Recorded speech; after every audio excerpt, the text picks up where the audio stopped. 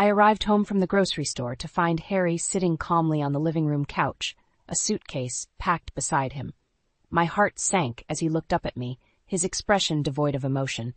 "I'm leaving, Alice," he said flatly. "I've been seeing someone else. I'm done. Sign these." He thrust a stack of papers towards me. Divorce papers. I stared at him in disbelief, the grocery bags slipping from my trembling hands.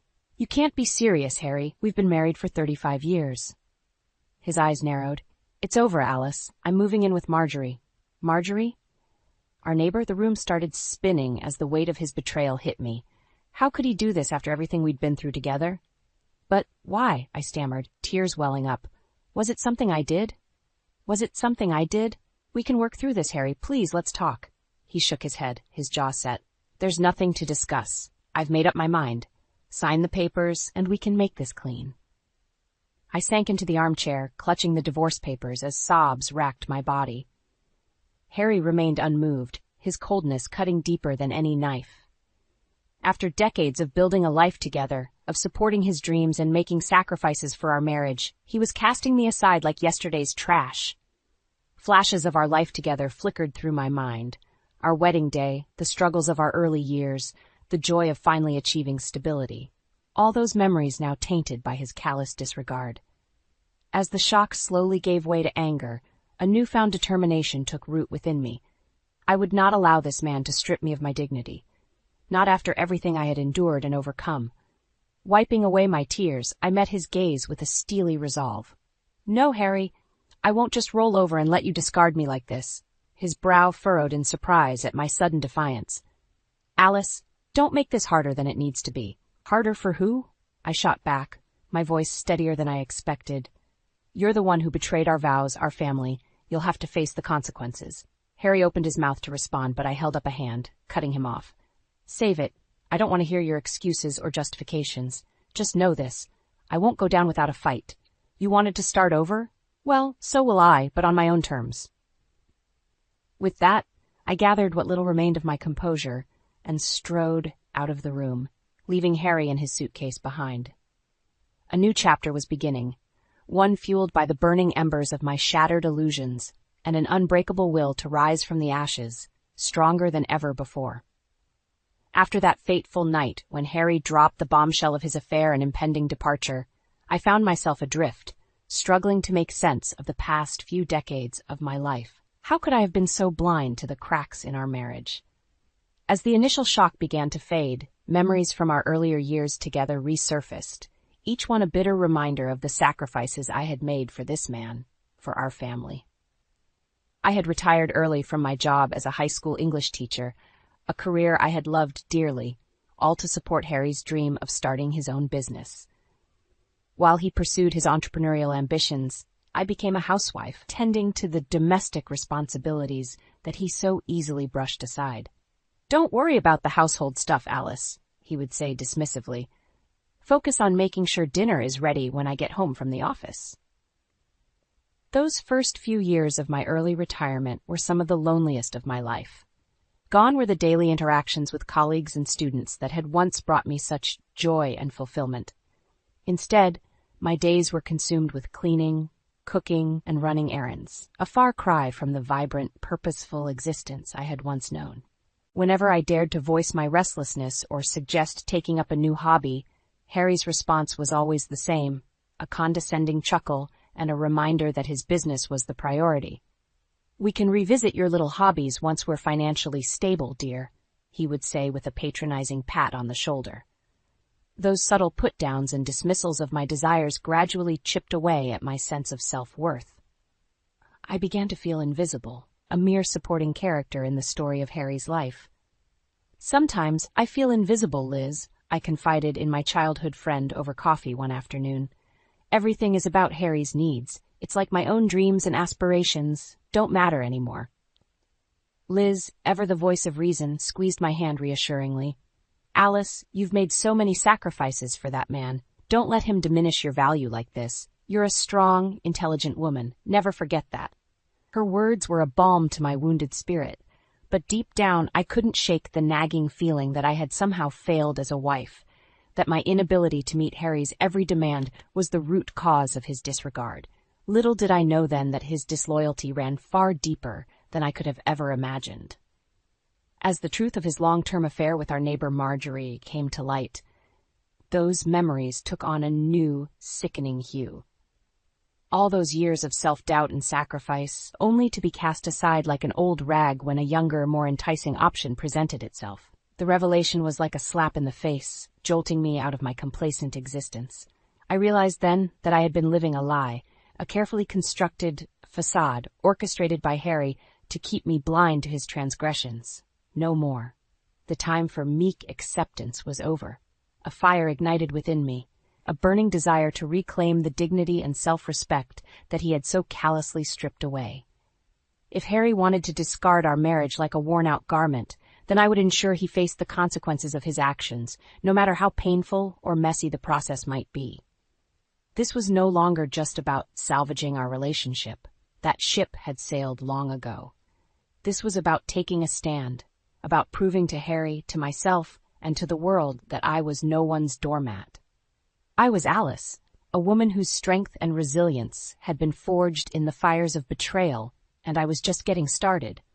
If Harry's betrayal wasn't enough to contend with, my mother-in-law Rita's constant presence only added to the turmoil.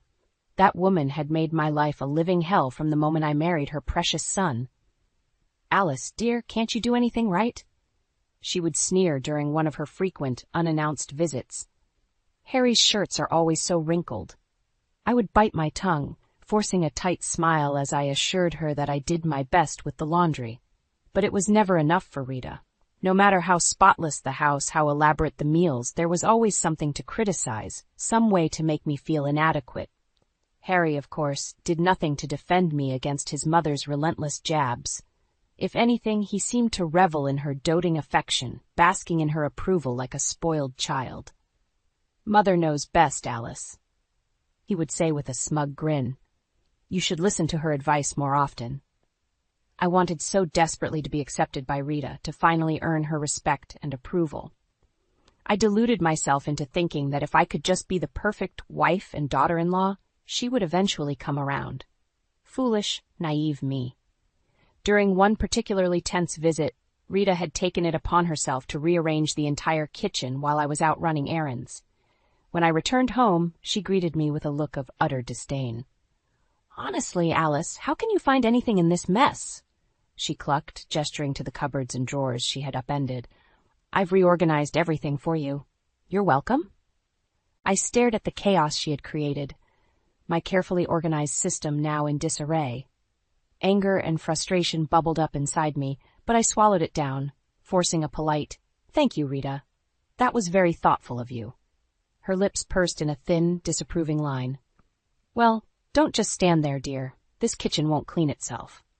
And so I would spend the next few hours meticulously putting everything back in its rightful place, all while Rita looked on with a critical eye, offering a steady stream of unsolicited advice.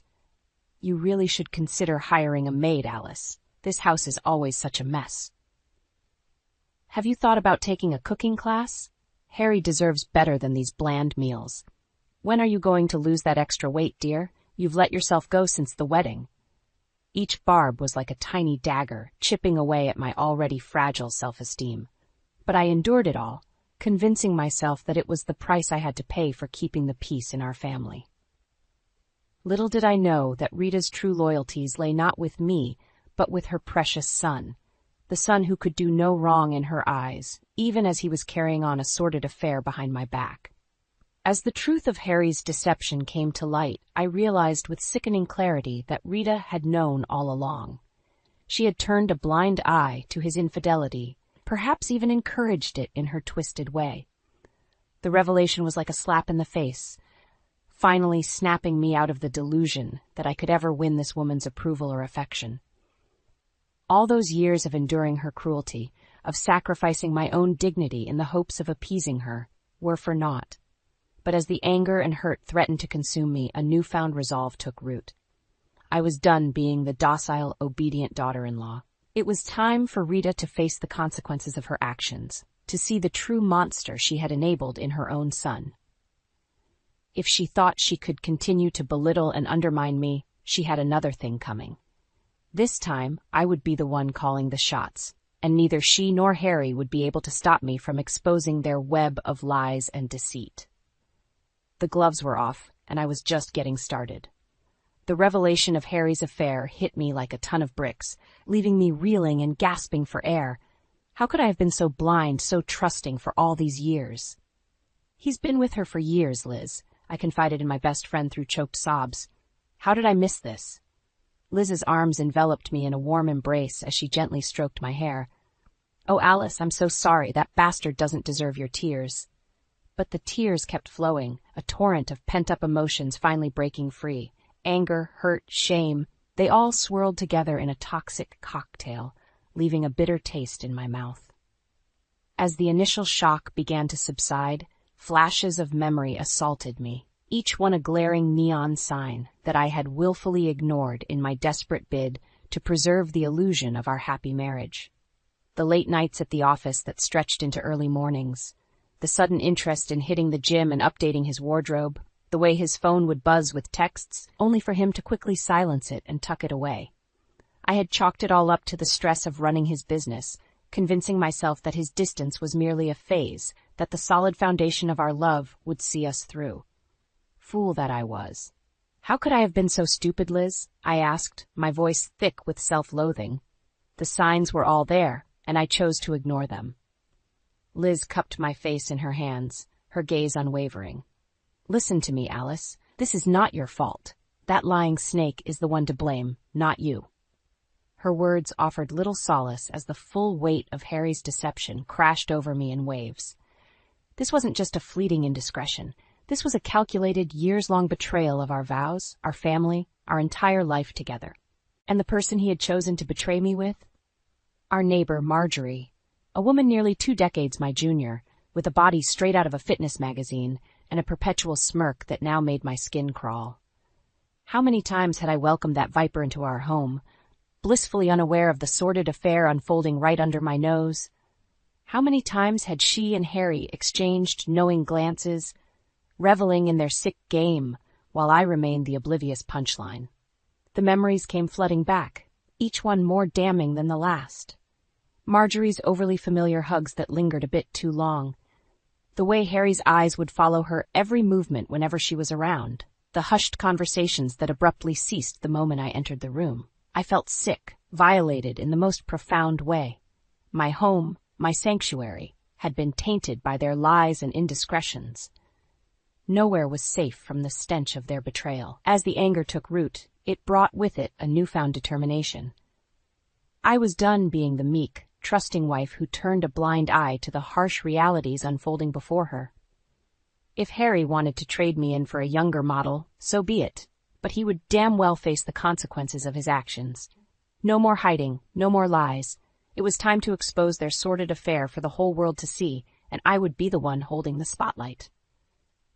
Marjorie and Rita could try to spin it however they liked, but in the end, the truth would prevail.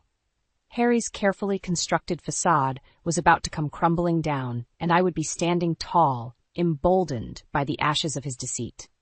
This was no longer just about salvaging my pride or getting revenge. This was a battle for my very soul, a fight to reclaim the self-worth and dignity that Harry had so callously stripped away. And I had no intention of losing. In the aftermath of Harry's devastating revelation, I found myself adrift, struggling to piece together the shattered fragments of my former life. The woman I had once been, the dutiful wife, the unwavering supporter, felt like a distant memory, a mere ghost haunting the halls of our home. As the initial shock and hurt began to subside, a newfound determination took root within me. I was done being the passive bystander in my own story. It was time to reclaim my power, to rebuild my life on my own terms. The first step was reconnecting with the parts of myself that I had sacrificed for the sake of my marriage.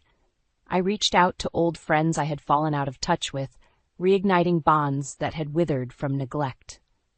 Together we rediscovered our shared passions, book clubs, art classes, weekend hikes, all the simple joys I had forsaken in service of Harry's ambitions. With each outing, each rekindled connection, I felt layers of the old Alice being stripped away, revealing a stronger, more vibrant version of myself that I had long suppressed. Gone were the self-doubts and insecurities that Harry had so expertly cultivated. In their place blossomed a newfound confidence, a belief in my own worth that no man could ever diminish. As I immersed myself in this process of self-rediscovery, a plan began to take shape.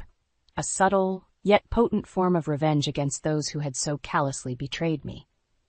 It started with a chance encounter with Rita, my wretched mother-in-law, at the local grocery store. As she prattled on about some inane family gossip, I couldn't help but notice the smug satisfaction in her eyes, as if she had won some twisted game that I hadn't even been aware we were playing. That's when the truth hit me like a sledgehammer. Rita had known about Harry's affair all along. More than that, she had likely encouraged it, seeing his dalliance with the much younger Marjorie as some sort of twisted validation of her son's virility. "How could you, Rita?" I demanded, cutting her off mid-sentence. "You knew he was cheating and you encouraged it?" Her eyes widened in surprise, but she quickly regained her composure, waving a dismissive hand. "Don't be so dramatic, Alice. Harry's a man with needs. Marjorie is simply better equipped to handle those needs than you are at this stage of life." I recoiled as if she had physically struck me, her words like acid burning through my skin. In that moment, the full depth of their deception became painfully clear. Not only had Harry betrayed me, but Rita, the woman who was supposed to be my family, had been complicit in his lies, enabling his infidelity under the guise of some twisted maternal loyalty. As the anger and hurt threatened to consume me, I forced myself to take a deep breath. Lashing out in a public setting would only give them the satisfaction of seeing me unravel. No, I needed to bide my time, to plot my revenge with surgical precision. And what better way to strike at the heart of their deception than to expose the truth before the entire family? The next big gathering was just a few weeks away, a reunion of sorts, where distant relatives from all corners would converge to celebrate our family's twisted version of togetherness. It would be the perfect stage to unleash the bombshell of Harry's betrayal, to strip away the carefully constructed facade he and Rita had so meticulously maintained. In the days leading up to the event, I could feel my resolve strengthening with each passing hour. This was about more than just getting even with Harry and Rita. This was about reclaiming my dignity, my self-worth, all the precious things they had tried so hard to strip away from me. As I looked in the mirror on the morning of the reunion, I saw a woman reborn. The meek, downtrodden Alice of the past was nowhere to be found. In her place stood a warrior, battle-tested and emboldened by the fires of betrayal. It was time to let the truth reign supreme, consequences be damned. Harry and Rita's web of lies was about to unravel, and I would be the one holding the scissors. The day of the family reunion dawned bright and clear, a cruel juxtaposition to the storm that was brewing within me. As I dressed for the occasion, smoothing the fabric of my crisp blouse, I could feel the weight of my impending revelation pressing down on me like a lead vest. But I was ready. More than ready. This was the moment I had been steeling myself for, the culmination of weeks spent meticulously plotting my revenge. The drive to the reunion site passed in a blur, my knuckles white as I gripped the steering wheel, rehearsing the words I would soon unleash upon my unsuspecting family. Harry and Rita thought they could sweep their betrayal under the rug, carry on as if nothing had happened. Well, they were in for a rude awakening. As I stepped out of the car and made my way towards the gathering, I could already sense the tension in the air. Harry and Marjorie were huddled together in a corner, no doubt reveling in their sordid affair now that it was out in the open. Rita, ever the matriarch, held court with a gaggle of relatives, her false airs of propriety sickening to behold. I took a deep breath, steeling my resolve. This was it. No more hiding, no more lies. "Harry," I called out, my voice trembling ever so slightly with the weight of controlled anger. "Why don't you tell everyone where you're really living now?" The words hung in the air like a lead balloon, and a hush fell over the gathering. All eyes turned towards us, confusion and curiosity etched on their faces. Harry's expression morphed from one of smug indifference to outright panic as the realization of what I was about to do dawned on him. "Alice, don't," he began, but I held up a hand, silencing him. "No, Harry, you don't get to sweep this under the rug anymore. These people deserve to know the truth about the kind of man you really are."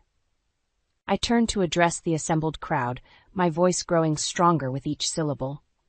For years, Harry has been carrying on an affair with our neighbor Marjorie, and his own mother, Rita, knew about it the entire time. She even encouraged it, telling him it was better for him to be with a younger woman. A collective gasp rippled through the crowd, followed by a torrent of hushed whispers and furtive glances. Harry and Rita stood frozen, their faces drained of color, as the truth they had so desperately tried to conceal was laid bare before their loved ones. "How could you, Harry?" one of his aunts cried out, her voice thick with emotion. "After everything Alice has done for you, for this family? And you, Rita?" another relative chimed in, shaking his head in disgust. "Encouraging your own son's infidelity? Have you no shame?" Rita opened her mouth to respond, no doubt prepared to unleash one of her signature deflections or excuses. But this time, no one was buying it. The veil had been lifted, and her true colors were on full display for all to see. As the accusations and recriminations swirled around us, I felt a profound sense of relief wash over me. The burden of carrying this secret, of shouldering the weight of their betrayal alone, had finally been lifted. And in its place blossomed a newfound sense of empowerment, a knowledge that I had taken control of my own narrative and emerged victorious. Harry and Rita could try to spin it however they liked, but the truth was out there now, reverberating through the family like a shockwave. They would never again be able to hide behind their carefully constructed facade of respectability. As for me, I had reclaimed my voice, my dignity, my very sense of self. The meek, downtrodden Alice of the past was gone, replaced by a woman who had stared down the demons of betrayal and emerged stronger, more resilient than ever before. This was just the beginning, the first step on a journey of healing and self-discovery that would shape the rest of my life. And as I looked around at the stunned faces of my family, I knew that no matter what challenges lay ahead, I would face them head-on, unbowed and unbroken. The shackles of my past had been shed, and a new chapter was just beginning. The aftermath of my explosive revelation at the family reunion was like a seismic shockwave rippling through our once tightly knit clan. In the days and weeks that followed, the fractures became increasingly apparent, with allegiances shifting and long-held loyalties called into question. For Harry and Rita, the fallout was swift and unforgiving. What had once been a position of respect and authority within the family quickly devolved into one of ostracization and disdain. Relatives who had once fawned over Harry's success now turned their backs, unable to reconcile the man they thought they knew with the unfaithful cat I had exposed. Rita, too, found herself increasingly isolated, her iron grip on the family's matriarchal reins loosening with each passing day. Her attempts to deflect blame and paint me as the hysterical, scorned woman were met with stony silence or outright rebuke. The veil had been lifted, and her true colors were on full display for all to see. As for me, the initial rush of vindication soon gave way to a profound sense of uncertainty. Having spent so many years suppressing my own desires, my own sense of self-worth, I found myself adrift in this newfound independence, unsure of how to navigate the uncharted waters ahead. It was Liz, my steadfast friend and confidant, who provided the anchor I so desperately needed. "You did the right thing, Alice," she reassured me as we sipped coffee one afternoon, her hand resting atop mine in a comforting gesture. They needed to know the truth, no matter how ugly it was. Her words were a balm to my troubled soul, a reminder that even in the midst of upheaval and uncertainty, I had reclaimed something far more precious than any material possession: my dignity, my voice, my power. Still, the residual pain of Harry's betrayal lingered like a persistent ache, flaring up in unexpected moments. I would catch glimpses of him around town, his once confident swagger now replaced by a hunched, furtive gait, and feel a pang of sadness for the man he had once been, the man I had so foolishly devoted my life to. A part of me still longed for closure, for some semblance of understanding as to how he could have so callously discarded our marriage, our family, for the fleeting thrill of an affair. But whenever he tried to reach out, to initiate some form of contact or reconciliation, I rebuffed him, my anger and hurt still too raw to entertain his excuses or platitudes. "Not now, Harry," I would say, my voice firm and unwavering. "I'm not ready." And so we existed in this limbo, two ships passing in the night, each charting our own course through the wreckage of what had once been. He, adrift and rudderless, cast out from the very family he had once prioritized above all else, and me, slowly but surely finding my bearings, guided by an inner strength I had never known existed. It was during this period of transition and self-discovery that the true impact of my actions began to crystallize. What had started as a burning need for revenge, a desire to inflict the same pain and humiliation that Harry and Rita had so callously visited upon me, had blossomed into something far more profound and lasting. Emboldened by my newfound voice, I found myself sought out by other women who had endured similar betrayals, who had been beaten down and stripped of their self-worth by the very men who had sworn to love and cherish them. They looked to me as a beacon of hope, a living embodiment of the resilience and strength they so desperately craved, and so I did what any self-respecting woman in my position would do. I paid it forward, sharing my story and offering guidance and support to those still mired in the depths of their own personal hells. It started small, just a few of us gathering in each other's homes, swapping tales of woe and hard-won wisdom over cups of tea and plates of pastries. But word soon spread, and before long, our little support group had blossomed into a full-fledged movement, a sisterhood of survivors bound by the shared experience of betrayal and the unshakable resolve to rise above it. As I looked around the room during one of our meetings, taking in the faces of these remarkable women, I felt a profound sense of pride and purpose. We had all been through hell, enduring unimaginable pain and heartbreak at the hands of those who were supposed to cherish us most. Yet here we stood, battered but unbroken, our spirits forged in the fires of adversity.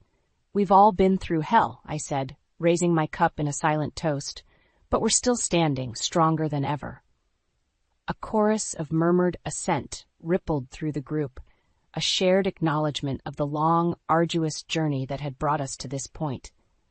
The road ahead was uncertain, fraught with challenges and setbacks that we could scarcely fathom, but we would face them head-on, bolstered by the bonds of sisterhood and the knowledge that our worth extended far beyond the transient affections of any one man.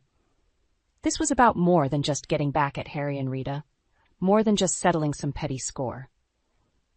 This was about reclaiming our power, our agency, our fundamental right to exist as complete, self-actualized beings, unbeholden to the whims and desires of those who sought to diminish us. And in that moment, as I looked around at the faces of my fellow warriors, I knew that no matter what lay ahead, we would emerge victorious. The shackles of our past had been shed, and a new dawn was breaking, a dawn ushered in by the indomitable spirit of women who had stared into the abyss and refused to blink. The months following my public exposure of Harry and Rita's betrayal were a whirlwind of change and self-discovery. As the dust settled and the initial shockwaves subsided, I found myself standing at a crossroads, faced with the daunting task of charting a new course for my life. The decision to leave our family home, the place that had once represented the bedrock of my existence, was not an easy one. But with each passing day spent within those walls, I was haunted by the ghosts of my former self, the meek, subservient wife who had sacrificed her dreams and aspirations on the altar of Harry's ambition. No, if I was to truly embrace this newfound lease on life, I needed to forge ahead on my own terms, unburdened by the weight of past traumas and regrets. And so, with Liz's unwavering support, I set out to find a place that could serve as the foundation for this next chapter. A cozy little apartment that, while modest, felt more like a sanctuary than the gilded cage I had once called home. As I unpacked my belongings, carefully arranging each item in its new resting place, I couldn't help but feel a profound sense of liberation. Gone were the trappings of my former life, the material excesses that Harry had so valued above all else. In their place stood the building blocks of a life truly my own, a blank canvas awaiting the brushstrokes of my newfound independence. It was during those early days of settling into my new abode that the seeds of a greater purpose began to take root. Through the grapevine of our close-knit community, word of my defiant stand against Harry and Rita's duplicity had spread like wildfire, igniting a spark of hope and inspiration in other women who had endured similar betrayals. At first, it was just a trickle, a few tentative knocks on my door, followed by hushed conversations over cups of tea as they unburdened themselves of their own harrowing tales of infidelity and emotional abuse. But soon that trickle became a steady stream, a veritable flood of kindred spirits seeking solace and guidance from one who had walked the same thorny path. And so I did what any self-respecting woman in my position would do. I opened my doors wide, inviting them in and offering a safe haven where they could share their stories without fear of judgment or reprisal. Before long, what had started as informal gatherings in my living room blossomed into a full-fledged support group, a sisterhood of survivors bound by the shared experience of betrayal and the unshakable resolve to rise above it. Our meetings became a sacred ritual, a chance to shed the masks we so often wore in public and bare our souls to those who truly understood the depths of our pain. We laughed together, cried together, and most importantly, we healed together, drawing strength from the bonds of sisterhood that transcended any one individual's plight. We've all been through hell, I would say, raising my cup in a silent toast as I looked around the room at the faces of these remarkable women. But we're still standing, stronger than ever. And it was true. Though our paths had been paved with heartache and suffering, we refused to be defined by the actions of the men who had sought to diminish us. Instead, we emerged from the ashes of our former lives like phoenixes, our spirits tempered by the fires of adversity, and our resolve forged in the crucible of betrayal. As the weeks turned to months, our little group continued to grow, attracting women from all walks of life who had been touched by the scourge of infidelity.